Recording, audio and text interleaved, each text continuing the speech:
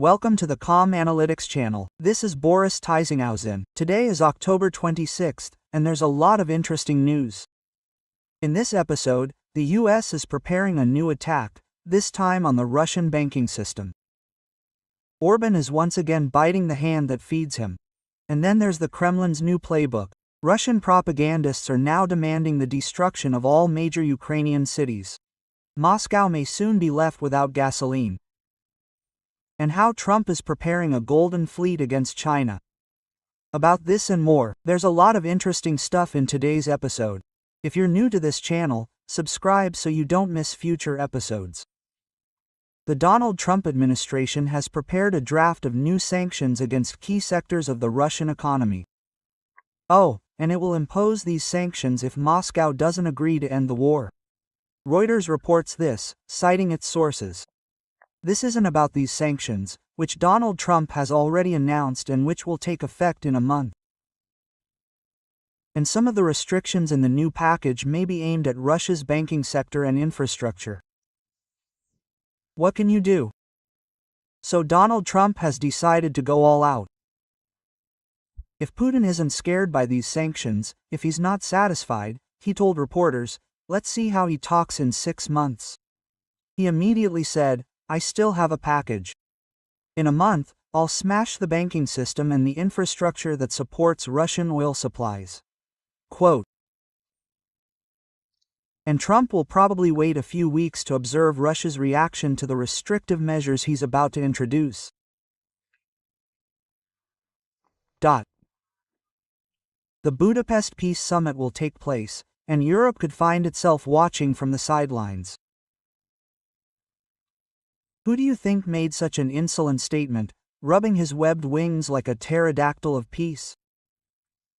Yes, it was Orban. And Orban has become downright brazen lately. It's understandable. Losing power is a big deal for Orban, and, as I recall, he has elections next year, and Hungary's opposition is seriously gaining electoral ground. For Orban, losing power would be tantamount to simply packing his suitcase and heading off to Assad and Yanukovych's dictators' preserve in the Moscow region to Putin.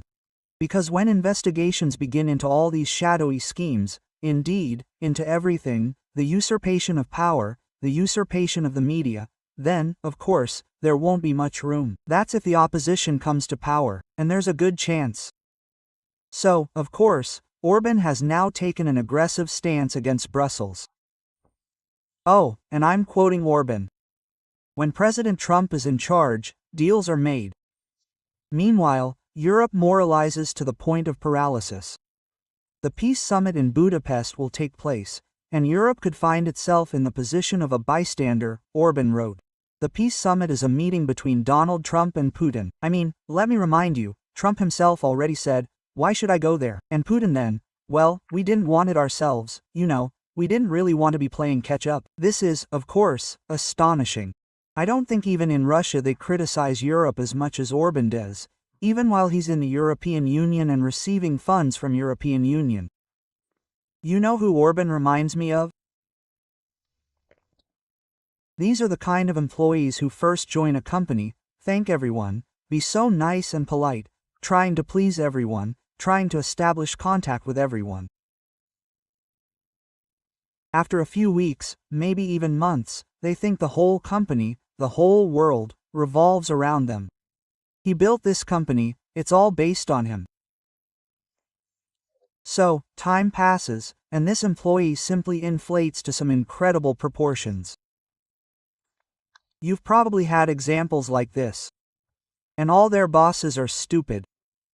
And he's the only one. It all depends on me. I don't understand how you worked before. Well, in the end, it all ends very simply and predictably.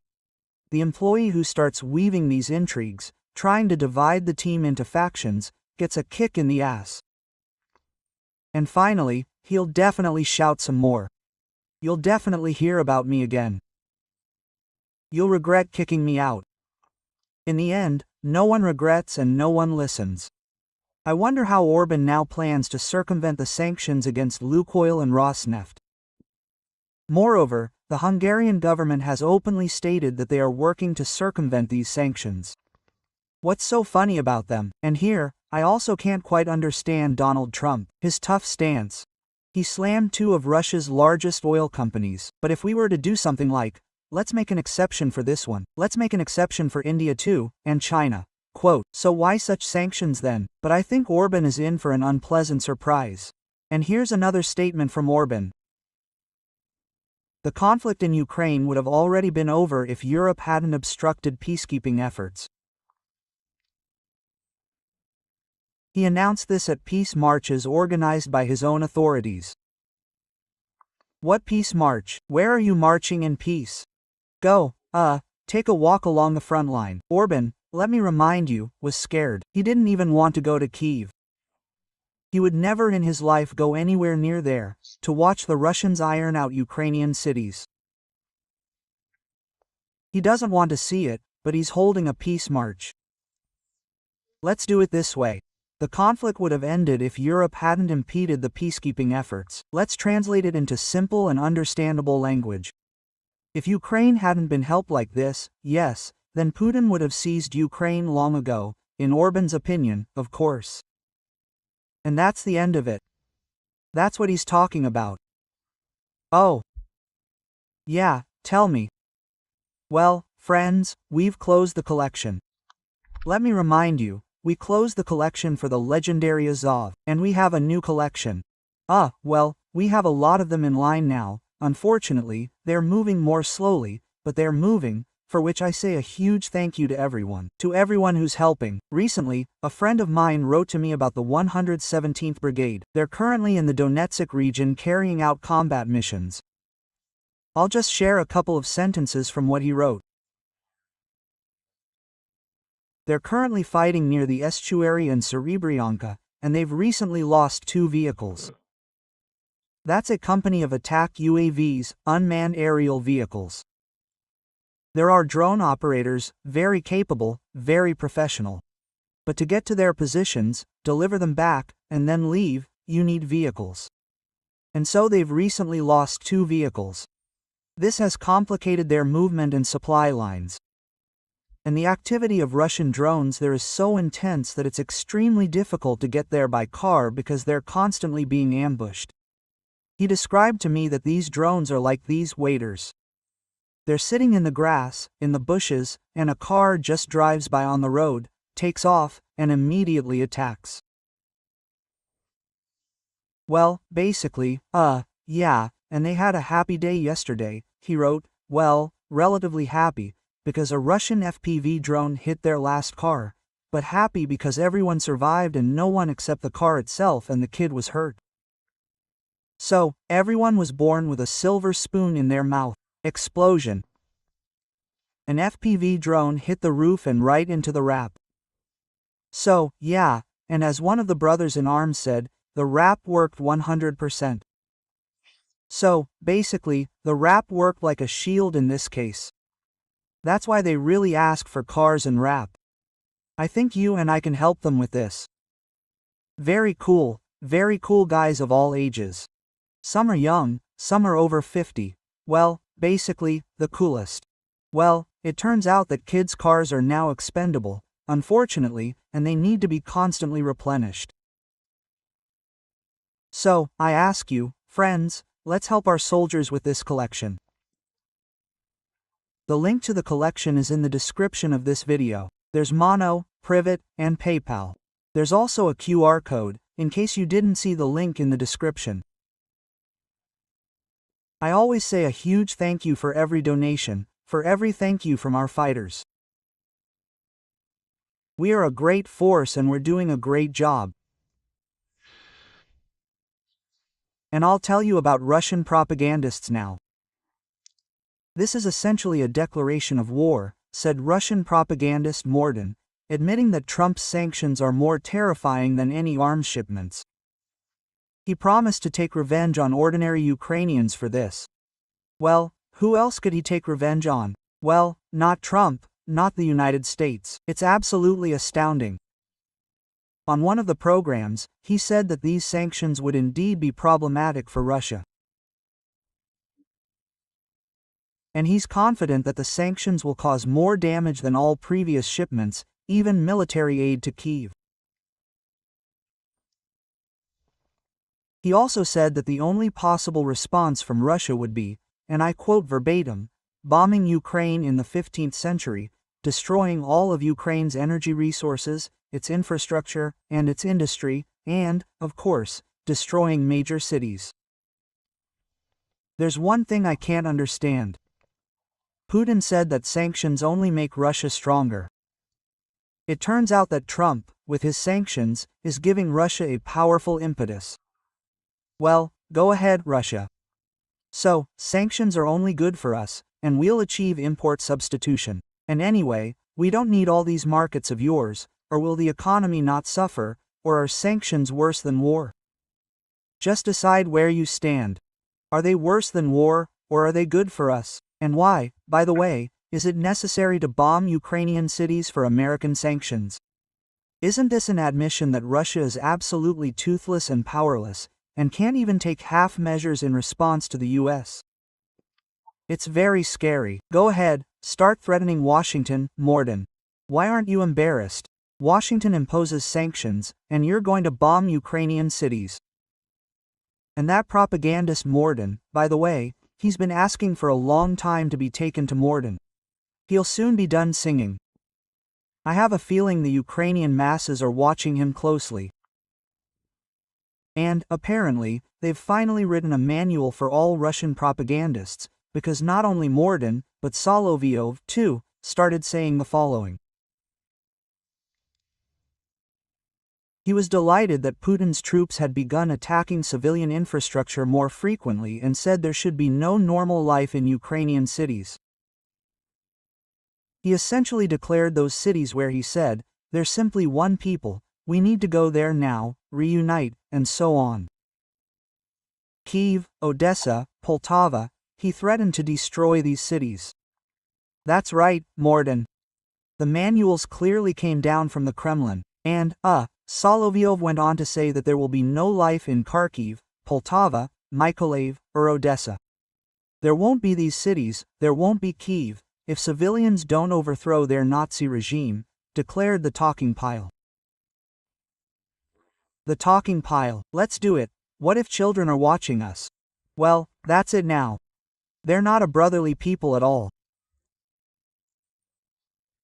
Noticed how they suddenly stopped loving Ukrainians, although, paradoxically, they kept saying, yeah, we'll come right now, we'll save you, they're our brothers, we're right here, just wait for us.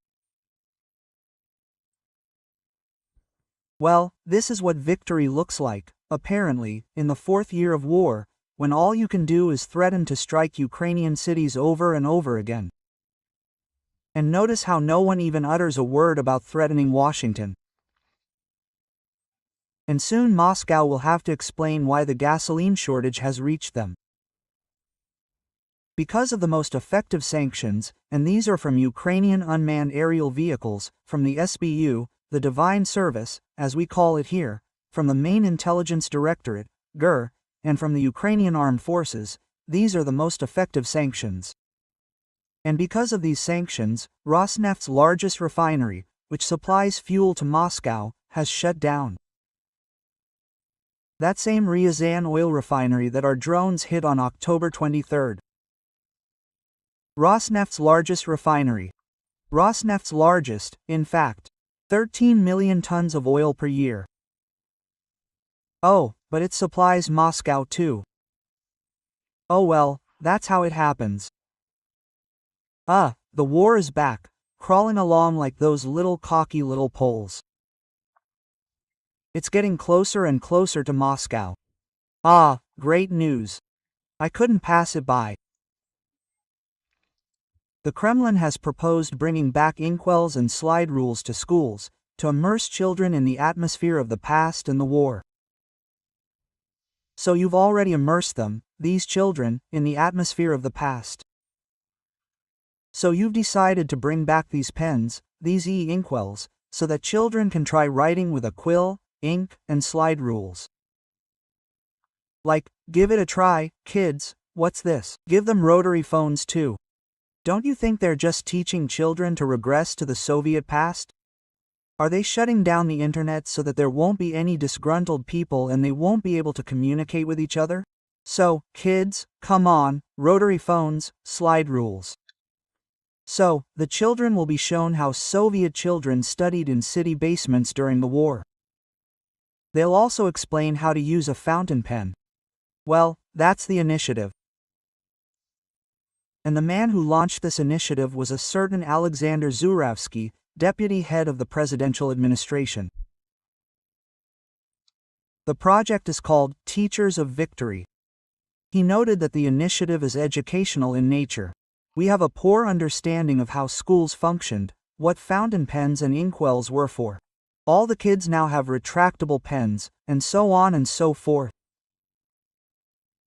Also, according to this genius, today's children have a poor understanding of how schools functioned during the war and why schools were predominantly female-dominated. Well, that's why the situation is like this in many schools in historical regions right now, because the majority of the male population is at the front, this genius said. Well, can someone explain to me why they're constantly trying to immerse children in that wartime era? Children, don't you know what life was like there? Yeah, let's show you what it was like in besieged Leningrad. Why did you even bring war to these children? Many of these children actually don't have parents anymore. Some don't have uncles, some don't even have fathers. You decided to immerse them in a real war on a reality show. Oh yeah, look, boy, yeah, so you understand what war is. Uncle Putin will kill your dad in the war, and you'll be sitting at the hero's desk. And the hero's desk is the one with photos of former students of this school pasted on it, the ones who died ingloriously in Ukraine. So he studied at this school, maybe went to prison there later, and was taken from prison to the front. Or maybe he went for money, like others. And so he dies in Ukraine, and because he studied at this school, they make a desk out of him, a hero's desk. Like, they slap his photo on this desk, and the most successful students are seated at these desks. Imagine, a first grader sits at a desk and someone squints at him from this desk, some ex-con who was disposed of at the front. I think by the end of the year, these children will remember this face staring back at them from this hero's desk for the rest of their lives. Yes, a wonderful initiative. Well, can you imagine? What a trauma, you know.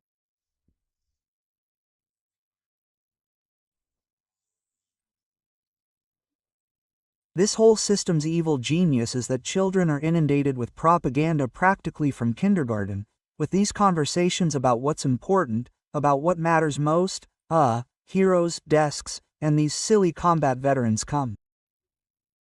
Some, by the way, even become school teachers. I can imagine. You know what the evil genius of all this is? That even if, a child is told at home, it's wrong, it's war, it's, well, you can't just kill peaceful people like you on foreign soil, there are kids just like you studying there. If they even tell him this at home, it's a guarantee that, well, children are children. He comes to school, and the teacher says, "Today we'll learn about our heroes of this Russian war of ours from modern history." He says, "Well, that's not a war, that's, my dad told me." After a while, they came for my dad, and the child doesn't have a dad. That's it. That is, the child can't even express himself at school.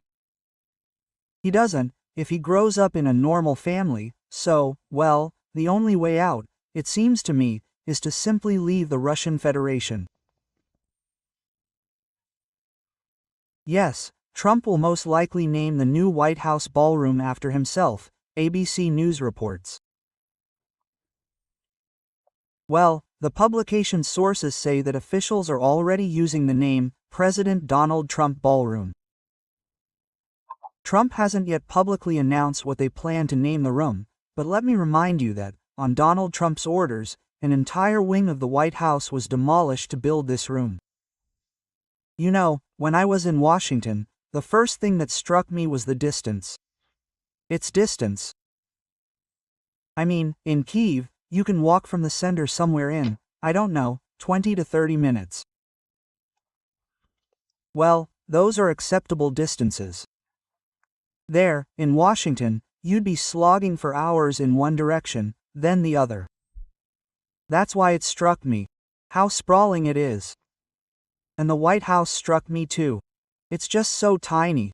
I was there in the summer, everything was so green, you couldn't even see it, like, where is this one? And, where is all this stuff that's in the movies? But I really liked Washington. It's really cool. Everything there is just so grand. Yes. Well, by the way, about Donald Trump's haul, I had a whole episode on the topic of the architecture of immortality, when rulers want to immortalize themselves in stone, bronze, glass, leaving behind monumental structures or significant infrastructure with their name. Napoleon's triumphal arch, Saddam Hussein rebuilt Babylon. By the way, do you know how he rebuilt it? He tore down the ruins of ancient Babylon. He suddenly imagined himself a descendant of Nebuchadnezzar II and tore down the ancient ruins and slapped this ugly new construction in their place.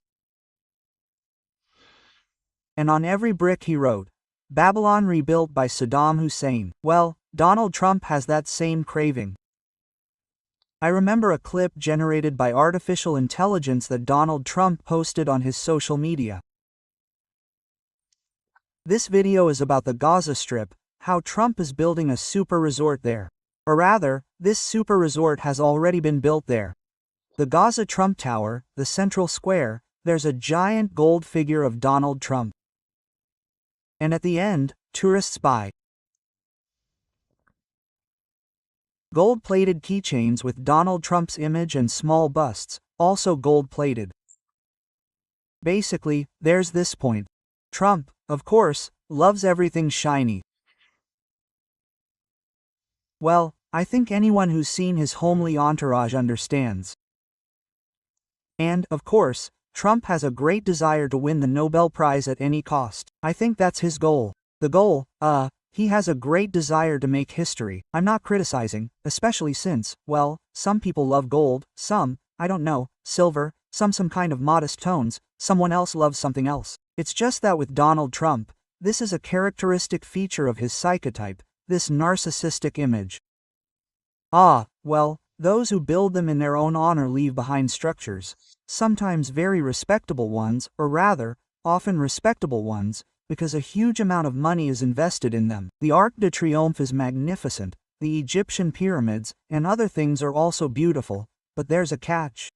You can build something and name it after yourself. It's a different matter when someone names you afterward, out of gratitude for outstanding service.